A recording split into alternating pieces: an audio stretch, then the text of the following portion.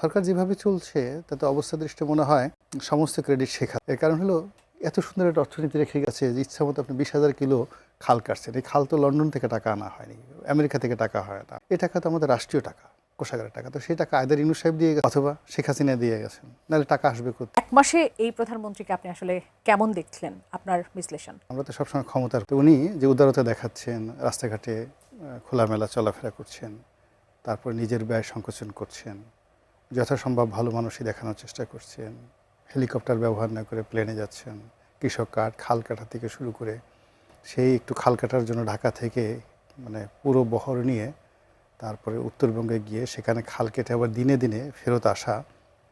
He is now 62 years old.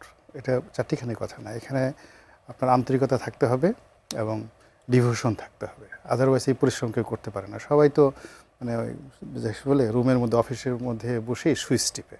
এখন তো টেকনোলজির কারণে সে তো খাল কাটা উদ্বোধন করতে পারতো তার রুমের মধ্যে, বলো এক মাটি এনে বলো যে ঠিক আছে একটু মাটি আনো, মাটি আনো, ওখানে একটা কোদাল দিয়ে একটা কোপ দিই, হ্যাঁ ওখান থেকে সেইভাবে হলো আর কি। সেই কাজ না করে তিনি প্র্যাকটিক্যালি ফিল্ডে যাচ্ছেন, দৌড়াদৌড়ি করছেন। তো এই একটা মাস সব মানুষ তো আমি তার সম্পর্কে এখন পর্যন্ত হতাশ হওয়ার মতো কিছু দেখিনি, হতাশ হওয়ার মতো কিছু শুনিনি। কিছু আতেল আছে আমাদের মতো যারা সব কিছুর মধ্যেই নেতিবাচক দিক দেখে, তারা হয়তো ভিন্ন কথা বলছেন এবং এটা বলবে, এবং এটাই রাজনীতির সৌন্দর্য। কেননা যে কোনো সাউন্ডই, শব্দই আসলে বিফলে যায় না।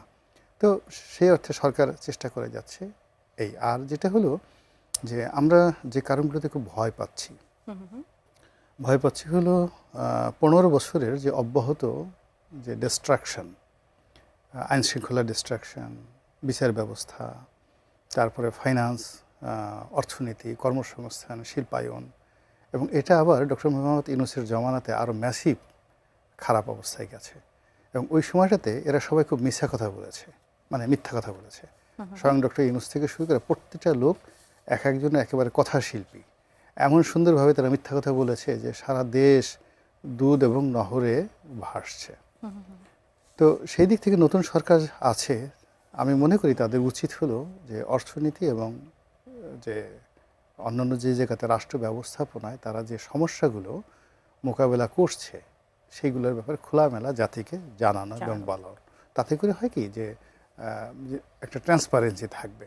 কিন্তু এখন সরকার যেভাবে চলছে তাতে অবস্থা দৃষ্টে মনে হয় সমস্ত ক্রেডিট শেখ হাসিনা। এর কারণ হলো এত সুন্দর একটা অর্থনীতি রেখে গেছে যে ইচ্ছা মতো আপনি 20,000 কিলো খাল কাটছেন। এই খাল তো লন্ডন থেকে টাকা আনা হয়নি, আমেরিকা থেকে টাকা হয় না। এই টাকা তো আমাদের রাষ্ট্রীয় টাকা, কোষাগারের টাকা। তো সেই টাকা আয়দার ইউনূস সাহেব দিয়ে গেছে অথবা শেখ হাসিনা দিয়ে গেছেন, নাহলে টাকা আসবে কোথায়? এত কৃষক কার্ড দেওয়া হচ্ছে, এত ফ্যামিলি কার্ড দেওয়া হচ্ছে, মানে 50 লাখ লোককে প্রতি মাসে 2,500 টাকা করে দেওয়া রাষ্ট্রীয় ভাণ্ডার থেকে। রাষ্ট্রে যদি টাকা না থাকে, টাকা তো মানে যাকে বলা হয় কোত্থেকে আসবে? অর্থাৎ অর্থনীতির দিক থেকে আমরা নানা মানে ভয়ের কথা বলছিলাম এর আগে, যে সামনে হয়তোবা দুর্দিন আসছে, সামনে হয়তোবা 4 কোটি মানুষ বা 6 কোটি মানুষ, মানে এই কথাগুলো আয়দার মিথ্যা এগুলো কথা। কি আসলে এখন মূল ব্যাপার হলো এটা সরকারকে প্রমাণ করতে হবে, বলতে হবে। মানে এই কথাগুলো যদি মিথ্যা কথা হয় তাহলে আলটিমেটলি সবাই বলবে যে না, ইউনূস সাহেবই ভালো ছিল বা শেখ হাসিনাই ভালো ছিল।